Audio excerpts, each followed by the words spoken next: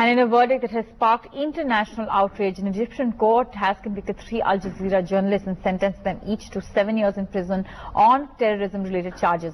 The verdicts against Australian Peter Greste, Canadian Egyptian Mohammed Fahmy and Egyptian Bahir Mohammed came after a 5-month trial that Amnesty International described as a sham. Today's conviction is obviously, it's a chilling and draconian sentence. And you know, it's deeply disturbing to see in the midst of Egypt's transition.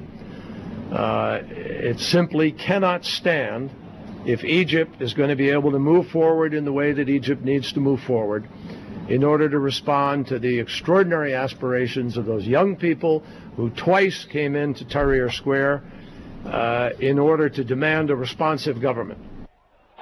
Outrage in court after 3 journalists from AlJazeera English were sentenced to 7 years in prison for supporting the Muslim Brotherhood. "I swear they will pay for this," Canadian Egyptian journalist Mohammed Fahmy, who was Al-Jazeera English's acting Cairo bureau chief, shouted angrily after the judge's decision.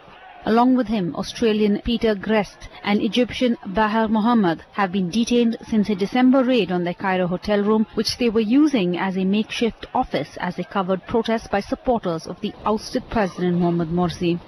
They were charged with a raft of crimes, including aiding a terrorist organization and broadcasting false news. Mohammed, the team's producer, received an extra 3 years on additional charges of possession of ammunition because of a spent shell found in his possession, a souvenir he says he'd picked up from the protests.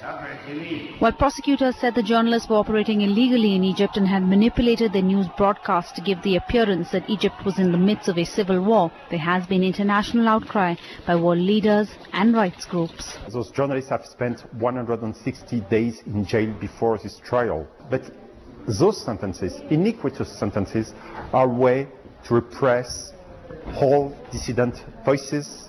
Amnesty International described the verdicts as a dark day for media freedom, while Human Rights Watch said they were a stark admission that in today's Egypt, simply practicing professional journalism is a crime. NDTV Bureau Report. Now in Pakistan, amid high drama, Canada-based controversy